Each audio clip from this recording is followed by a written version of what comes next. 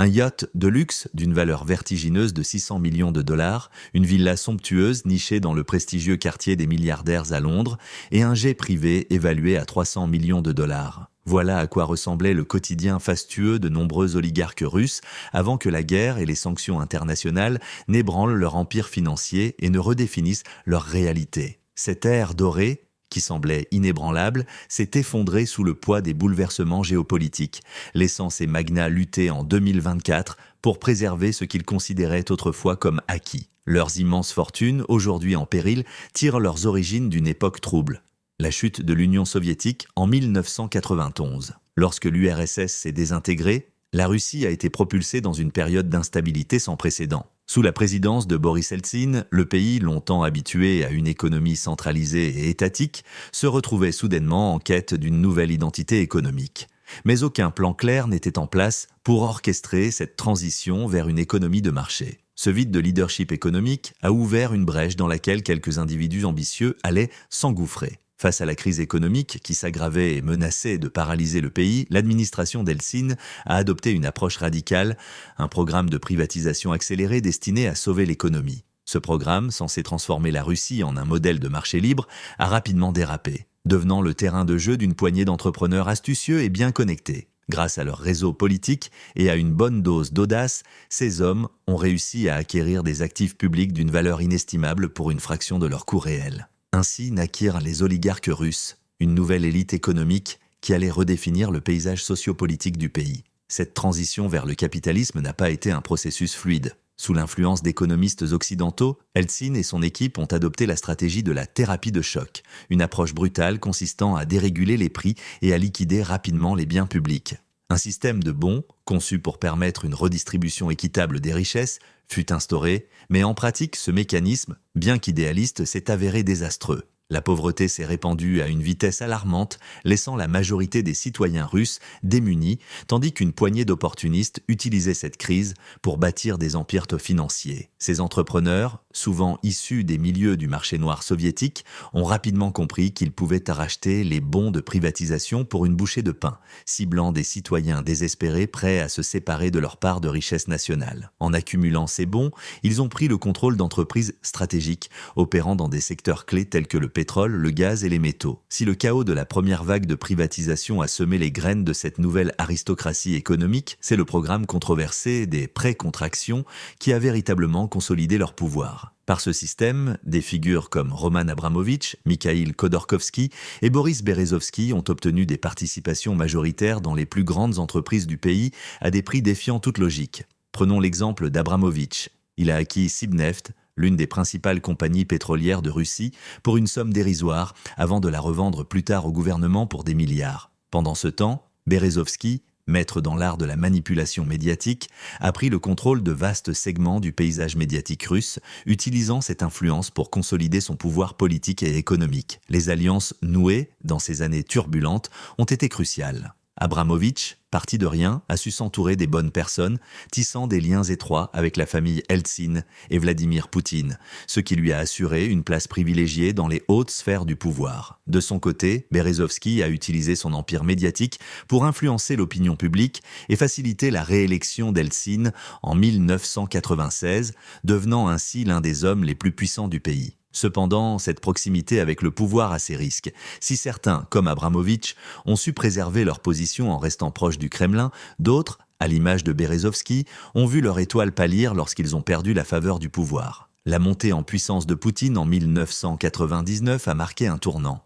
Les oligarques qui refusèrent de se soumettre à l'autorité du nouveau président ont été écartés ou forcés à l'exil. Mais pour ceux qui ont juré fidélité, les portes du Kremlin sont restées ouvertes, consolidant leur statut d'élite économique dans une Russie en pleine mutation. Cependant, Vladimir Poutine n'a pas tardé à établir les règles du jeu. Les oligarques pouvaient profiter de leur fortune, mais uniquement s'ils restaient fidèles au Kremlin et servaient les intérêts de l'État. Toute velléité d'indépendance ou de défi politique serait immédiatement réprimée. Un exemple frappant de cette politique sans compromis est le destin de Mikhail Khodorkovsky, autrefois considéré comme l'homme le plus riche de Russie et propriétaire de la compagnie pétrolière Yukos.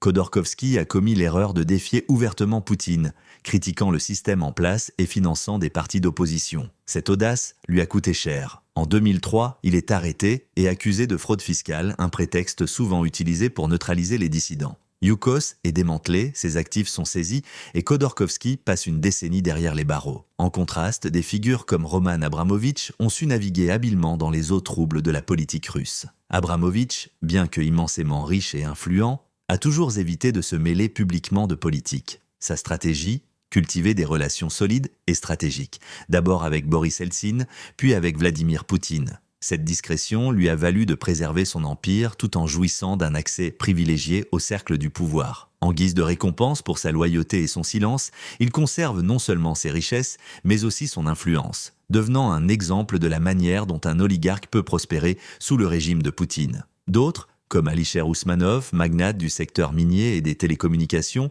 ont adopté une approche similaire. Contrairement à Khodorkovsky, Ousmanov n'a jamais critiqué publiquement le Kremlin. Au contraire, il a souvent exprimé son soutien indéfectible aux politiques de Poutine, consolidant ainsi sa position. Ce soutien a permis à Ousmanov de maintenir sa fortune, notamment son opulent yacht, Dilbar, l'un des plus grands au monde, ainsi que ses nombreuses propriétés de luxe dispersées à travers l'Europe. Le rôle des oligarques ne se limite pas à accumuler des richesses personnelles.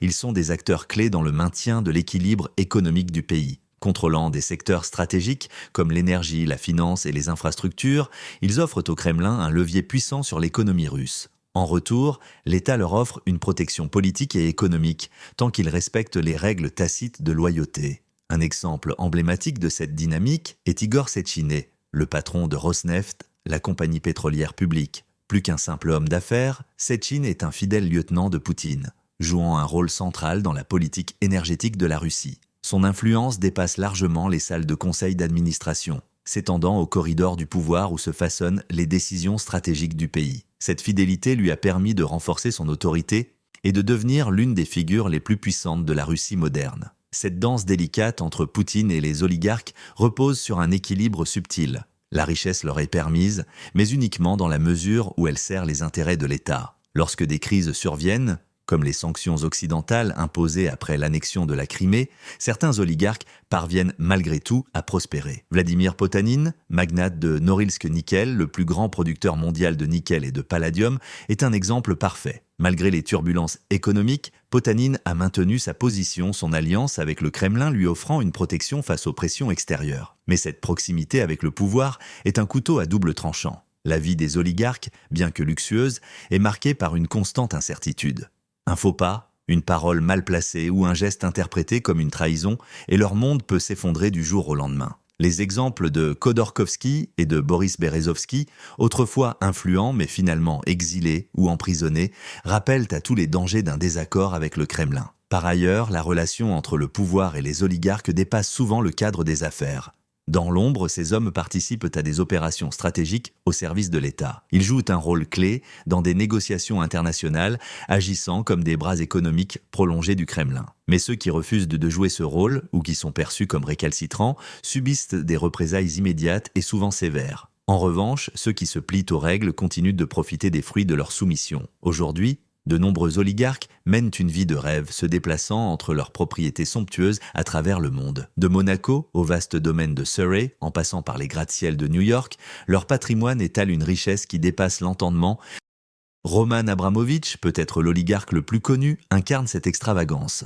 Propriétaire du célèbre yacht Eclipse, un colosse flottant doté de 2 héliports, d'une piscine transformable en piste de danse et d'un système de défense antimissile, Abramovitch vit dans un luxe que peu peuvent imaginer. À cela s'ajoute sa résidence à Kensington Palace Gardens, surnommée l'allée des milliardaires, une propriété estimée à plus de 150 millions de dollars. Ainsi, les oligarques russes oscillent entre un pouvoir colossal et une vulnérabilité inhérente à leur proximité avec le Kremlin. Leur richesse est à la fois leur bénédiction et leur épée de Damoclès dans un jeu d'échecs où chaque mouvement doit être soigneusement calculé. Alisher Ousmanov, magnate du secteur minier et sidérurgique, possède également un yacht exceptionnel, le Dilbar, encore plus impressionnant que l'Eclipse, avec une valeur estimée à 800 millions de dollars. Ce yacht est l'un des plus grands au monde en termes de taille et de volume. Ousmanov détient également un vaste portefeuille d'immobilier en Europe, dont un manoir somptueux en Angleterre,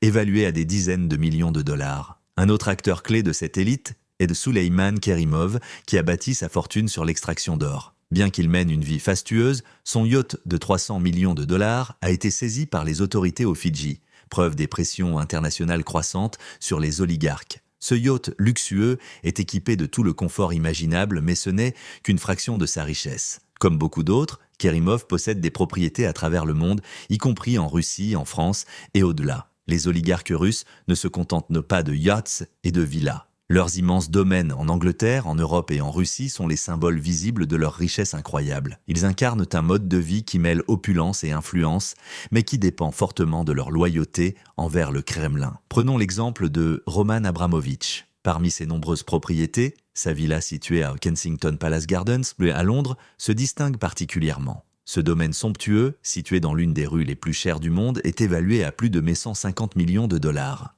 Il se trouve à proximité de plusieurs ambassades et d'autres biens appartenant à des milliardaires. Alisher Ousmanov, un autre oligarque influent, possède également un vaste portefeuille immobilier. Sa résidence en Angleterre, connue sous le nom de Sutton Place, est un joyau historique entouré de jardins somptueux et d'intérieurs luxueux. La valeur de cette propriété est estimée à environ 60 millions de dollars. En outre, Ousmanov détient des propriétés en Allemagne, en Russie et dans d'autres régions d'Europe. De son côté, Souleyman Kerimov possède plusieurs biens en France, notamment une majestueuse villa sur la Côte d'Azur qui, comme celle des autres oligarques, symbolise sa richesse et son influence. Mais ces villas et yachts ne sont qu'une partie de leur opulence. Les oligarques disposent également de flottes privées d'avions qui leur offrent une liberté de mouvement incomparable. Abramovich, par exemple, possède un Boeing 7878 Dreamliner évalué à plus de 300 millions de dollars entièrement personnalisé avec des intérieurs somptueux et des technologies modernes. Ousmanov et Kerimov ne sont pas en reste, disposant également de jets privés qu'ils utilisent pour naviguer entre réunions d'affaires, propriétés et destinations de loisirs. Ces avions leur permettent de vivre et de travailler n'importe où dans le monde, reliant leur maison de Londres ou Monaco à leurs affaires à Moscou en toute simplicité. Cependant, tandis que ces oligarques se délectent de leur richesse, une réalité bien différente existe pour la majorité des Russes. Le contraste est saisissant. Alors qu'une poignée profite d'un luxe inimaginable, de nombreux citoyens luttent pour joindre les deux bouts. Le quotidien de millions de Russes est marqué par de faibles salaires, des infrastructures insuffisantes et des opportunités limitées. Ce fossé grandissant entre riches et pauvres a nourri une relation complexe entre les oligarques et la population. Pour certains, ces milliardaires représentent des exemples de réussite, incarnant les opportunités d'une Russie moderne. Mais pour beaucoup, leur richesse extravagante est source de frustration, alimentée par l'impression que ces fortunes ont été bâties grâce à des avantages injustes, souvent issus de la corruption ou de relations privilégiées avec le Kremlin. Ce ressentiment est particulièrement visible à Moscou, la capitale où se concentrent la richesse et le pouvoir. Moscou regorge de voitures de luxe, de boutiques haut de gamme et de résidences somptueuses, mais à l'extérieur de la ville, la réalité est tout autre. Dans les petites villes et les zones rurales, la vie est bien plus difficile, mettant en lumière les disparités criantes qui définissent la Russie contemporaine. Dans de nombreuses régions de Russie, les citoyens ordinaires vivent dans des conditions bien éloignées du faste des oligarques. Les infrastructures essentielles, comme les hôpitaux, sont souvent vétustes et sous-financées, tandis que les opportunités d'emploi restent limitées. Pour ces Russes, la richesse colossale des milliardaires semble non seulement inaccessible, mais aussi profondément déconnectée de leur réalité quotidienne. Cela alimente un sentiment de frustration, renforçant l'idée que les richesses du pays profitent uniquement à une poignée de privilégiés. Les médias et les chaînes de télévision accentuent parfois ce fossé en mettant en avant le mode de vie extravagant des oligarques, des reportages sur les yachts de Roman Abramovich ou les somptueuses demeures d'Alisher Ousmanov suscitent souvent l'indignation. Beaucoup de Russes estiment que ces milliardaires ont accumulé trop de pouvoir et de richesse, tout en contribuant peu au bien-être de la population générale. Cette frustration publique s'est exprimée à plusieurs reprises, notamment lors de manifestations contre la corruption. Ces rassemblements ont parfois pris pour cible non seulement le gouvernement, mais aussi les relations étroites entre les oligarques et le Kremlin. La perception que ces milliardaires bénéficient d'un soutien étatique, tout en laissant la majorité des Russes faire face à des difficultés économiques, alimente les discussions sur les inégalités dans le pays. L'un des griefs principaux réside dans la croyance que ces fortunes colossales ont été bâties grâce à des pratiques douteuses. De nombreux citoyens pensent que les oligarques ont profité de leurs relations privilégiées avec le gouvernement pour accéder aux actifs nationaux lors des privatisations des années 90. Le fait que la majeure partie de leurs richesses proviennent de secteurs stratégiques comme le pétrole, le gaz ou l'exploitation minière, des ressources appartenant théoriquement à la nation, renforce ce sentiment d'injustice.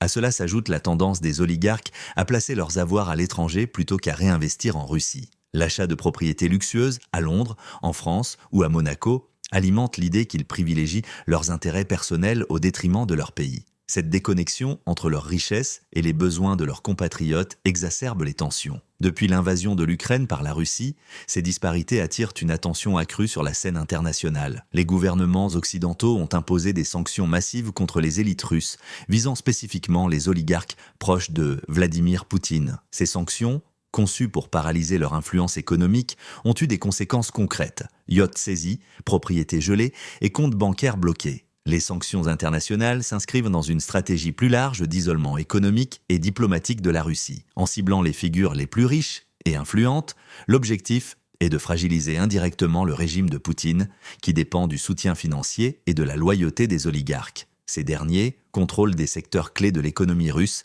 tels que l'énergie, les mines et la finance. Leur perte d'influence pourrait donc ébranler la stabilité du pouvoir en place. Ainsi, les fortunes des oligarques, autrefois symboles de pouvoir absolu, sont désormais devenues des cibles dans un monde de plus en plus déterminé à contester leur influence et celle du Kremlin. La première vague de sanctions, imposée peu après l'invasion de l'Ukraine en février 2022, a visé les avoirs des oligarques les plus en vue, connus pour leurs liens étroits avec le Kremlin. Parmi eux, des figures comme Roman Abramovich, Alisher Ousmanov et Igor Sechin ont vu leurs biens confisqués ou gelés. Leurs somptueuses propriétés, yachts et jets privés sont devenus des cibles prioritaires. Ces actifs, symboles de leur influence et de leur richesse, se sont également révélés être leur plus grande vulnérabilité. Les yachts, emblèmes de leur opulence, ont été particulièrement touchés par les sanctions mondiales. Le Taklipseno de Roman Abramovich, l'un des plus grands et coûteux yachts au monde, d'une valeur estimée à plus de 600 millions de dollars,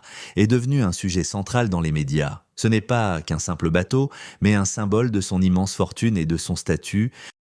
Un autre exemple marquant est le Zamadea, un yacht de 300 millions de dollars appartenant à Ousmanov, saisi par le gouvernement américain à Fidji. Cet événement a suscité une attention médiatique massive, marquant une étape importante dans la lutte contre les actifs des oligarques russes. De même, le yacht Crescent Owl d'Igor Sechin, évalué à 120 millions de dollars, a été confisqué en Espagne, tandis que le Ladil Barol d'Alisher Ousmanov, l'un des plus grands yachts du monde, a été saisi en Allemagne. Chaque confiscation représente un coup dur, non seulement pour les individus concernés, mais aussi pour les réseaux complexes qui soutiennent leur richesse et leur pouvoir. Outre les yachts, les propriétés immobilières des oligarques ont également été ciblées. Roman Abramovich, détenteur de nombreuses résidences à travers l'Europe et les États-Unis, a vu plusieurs de ses biens gelés. Sa villa sur Kensington Palace Gardens, l'une des rues les plus chères de Londres, est désormais sous le contrôle des autorités britanniques. De la même manière, Alisher Ousmanov ne peut plus accéder à sa propriété de grande valeur située dans le sud de l'Angleterre. À Monaco, un lieu prisé par les milliardaires russes, de nombreuses propriétés appartenant à des oligarques ont été gelées. Ces demeures, autrefois symboles de statut, sont devenues des outils dans un jeu de pouvoir mondial où les nations occidentales cherchent à exercer une pression croissante sur l'élite russe. Mais les sanctions ne se limitent pas aux biens de luxe. Elles ont également frappé les activités économiques des oligarques, touchant là où cela fait le plus mal. Leurs entreprises, par exemple Igor Sechin, à la tête de Rosneft, géant pétrolier russe, a été durement impacté. Rosneft, l'un des piliers de l'économie russe, a vu ses opérations internationales entravées par des sanctions ciblant le secteur énergétique. De même, Oleg Deripaska, un autre oligarque de premier plan, a vu son empire affecté. Son entreprise d'aluminium, Rusal, le deuxième plus grand producteur mondial, a subi des restrictions sévères. Les transactions internationales de Deripaska ont été gelées et ses propriétés à Londres et aux États-Unis ont été visées. Ces mesures ont considérablement limité sa capacité à opérer en dehors de la Russie. En gelant les actifs des oligarques et en perturbant leurs réseaux économiques, les gouvernements occidentaux cherchent à affaiblir les fondations financières qui soutiennent le régime de Vladimir Poutine. Ces actions illustrent une stratégie globale visant à isoler économiquement la Russie et à réduire l'influence de ses élites les plus puissantes. L'accès aux richesses et aux actifs des oligarques russes à l'étranger s'est considérablement réduit, les isolant toujours davantage. Beaucoup ont été contraints de vendre leurs parts dans des entreprises occidentales, de se retirer des marchés internationaux et de recentrer leurs activités en Russie. Par exemple, Roman Abramovich a dû céder le club de football Chelsea, un actif prestigieux qui consolidait son statut au Royaume-Uni, après avoir été frappé par des sanctions imposées par le gouvernement britannique. Malgré ces sanctions sévères et la confiscation de leurs biens, les oligarques russes ont fait preuve d'une grande ingéniosité pour préserver leur patrimoine. Ils ont développé des stratégies sophistiquées telles que la dissimulation d'actifs, le transfert de fonds à des membres de leur famille ou la recherche de juridictions plus sûres pour leurs affaires. Pour ces milliardaires, l'enjeu est de rester dans le jeu tout en maintenant leur influence, même face à des gouvernements déterminés à limiter leur pouvoir. L'une des tactiques les plus couramment utilisées est le recours à des comptes bancaires, offshore et des sociétés écrans. Ces comptes, souvent ouverts dans des pays comme Chypre ou la Suisse, où les lois bancaires sont moins strictes, permettent de masquer des fonds de manière efficace. En transférant leur argent vers ces juridictions, les oligarques rendent plus difficile le suivi de leurs richesses par les autorités. Les sociétés écrans, qui n'existent que sur le papier, sont également utilisées pour brouiller les pistes et échapper aux sanctions financières. Une autre stratégie consiste à transférer la propriété des biens à des membres de la famille. Par exemple, si un yacht, une villa ou une entreprise est enregistré au nom d'un fils ou d'une fille, il devient beaucoup plus complexe pour les gouvernements de le saisir. En confiant leurs actifs à des proches de confiance, les oligarques parviennent à maintenir un contrôle indirect tout en évitant les risques associés à une propriété directe. Ainsi, les biens restent dans le giron familial tout en échappant aux sanctions. Face aux restrictions croissantes en Europe et aux États-Unis, de nombreux oligarques se tournent désormais vers des marchés alternatifs considérés comme plus sûrs. Des pays comme la Turquie, la Chine, mais les Émirats arabes unis, eux, sont devenus des destinations prisées pour transférer leurs actifs. Ces nations, soit ne respectant pas pleinement les sanctions occidentales, soit offrant des opportunités d'affaires attrayantes, accueillent favorablement ces capitaux. Dubaï, par exemple, est devenu un véritable sanctuaire pour les riches russes, avec son marché immobilier en plein essor. Beaucoup y acquièrent des propriétés luxueuses, profitant de l'absence de restrictions similaires à celles imposées en Europe ou aux États-Unis. En outre, certains oligarques explorent des alternatives numériques pour déplacer leur argent. Les crypto-monnaies, comme le Bitcoin, offrent une solution difficile à tracer et à contrôler pour les gouvernements. Bien que ces monnaies numériques ne soient pas totalement à l'abri de la surveillance, elles permettent néanmoins aux oligarques de transférer des fonds à travers les frontières sans recourir au système bancaire traditionnel. De plus, les échanges de crypto-monnaies situés dans des pays non soumis aux sanctions occidentales deviennent de plus en plus populaires parmi ces élites. Les oligarques russes continuent de naviguer dans des eaux troubles, cherchant à protéger leurs richesses face aux sanctions internationales. Malgré les efforts pour geler leurs actifs, beaucoup se tournent vers des stratégies complexes pour maintenir leur fortune hors de portée des gouvernements. Au-delà des manœuvres financières, ces élites s'appuient souvent sur leurs liens politiques étroits avec le Kremlin. Ces relations offrent une protection contre les menaces internes en Russie, mais elles ne suffisent pas toujours à protéger leurs intérêts à l'étranger. Certains oligarques, en plus de leurs réseaux nationaux, ont construit des alliances stratégiques dans d'autres pays. Ils investissent dans des entreprises internationales et font des dons à des causes politiques, espérant gagner de l'influence et s'assurer une certaine protection à l'étranger. Cette approche leur permet de maintenir le contrôle sur leurs actifs, même lorsque les gouvernements occidentaux tentent de limiter leur accès. Cependant, même les alliances les plus solides et les investissements les plus stratégiques ne peuvent les protéger de tous les revers. Depuis septembre 2024, les oligarques russes, autrefois intouchables, sont confrontés à des défis sans précédent. La guerre en Ukraine et les sanctions globales ont gravement ébranlé leur position. Des figures influentes comme Gennady Timchenko et Mikhail Friedman ont cherché à contester les sanctions imposées par l'Union européenne, UE. Ils ont fait valoir que ces mesures étaient injustes et limitèrent leurs activités financières. Cependant, la Cour de justice de l'Union européenne a rejeté leurs appels, infligeant un revers majeur à ces milliardaires. Ces décisions illustrent la détermination de l'UE à maintenir la pression sur la Russie depuis l'invasion de l'Ukraine en 2022. Les sanctions ne se contentent pas de geler les avoirs des oligarques en Europe, elles restreignent également leur capacité à participer aux échanges commerciaux et financiers. Par exemple, Timchenko, un proche allié du président Vladimir Poutine, a vu sa fortune liée à l'énergie gravement affectée. Ses participations dans le pétrole et le gaz, autrefois au cœur de son empire, ont été affaiblies par les restrictions imposées au secteur stratégique par l'Europe et les États-Unis. De son côté, Mikhail Friedman, qui a accumulé sa richesse grâce à la banque et au commerce de détail, subit des pressions financières considérables. Malgré ses tentatives pour regagner l'accès à ses actifs gelés, les décisions judiciaires ont maintenu ses biens bloqués, le laissant dans une position délicate. Ces oligarques, autrefois maîtres d'un monde où l'argent et l'influence semblaient pouvoir tout acheter, voient que leur empire se réduire. Leur style de vie extravagant, yachts luxueux amarrés à Monaco, villas somptueuses à Londres, voyages sans restriction en Europe, est désormais sévèrement restreint. Bien que leur fortune soit toujours colossale sur le papier, une grande partie de leurs actifs est gelée et hors de portée. Face à ces obstacles, les oligarques russes ne se résignent pas. Ils continuent de mobiliser des recours juridiques, de faire du lobbying et d'explorer des stratégies financières pour atténuer l'impact des sanctions. Cependant, les récentes décisions de justice montrent que l'Europe reste déterminée à les tenir responsables. La Cour européenne a justifié les sanctions en affirmant qu'il était essentiel d'empêcher ces figures puissantes d'exploiter les failles juridiques et financières pour contourner les restrictions. Cela signifie que les oligarques russes devront continuer à lutter, mais leurs chances de succès deviennent de plus en plus minces. Alors que ces magnates engrangent des milliards de dollars grâce aux ressources de l'État russe, à des milliers de kilomètres de là, une autre famille, les Hotlerton, utilise son empire pharmaceutique pour tirer profit de la douleur et de la dépendance. Merci d'avoir regardé la vidéo, partagez vos réflexions dans la section commentaires et n'oubliez pas d'aimer cette histoire et de vous abonner pour explorer d'autres histoires fascinantes.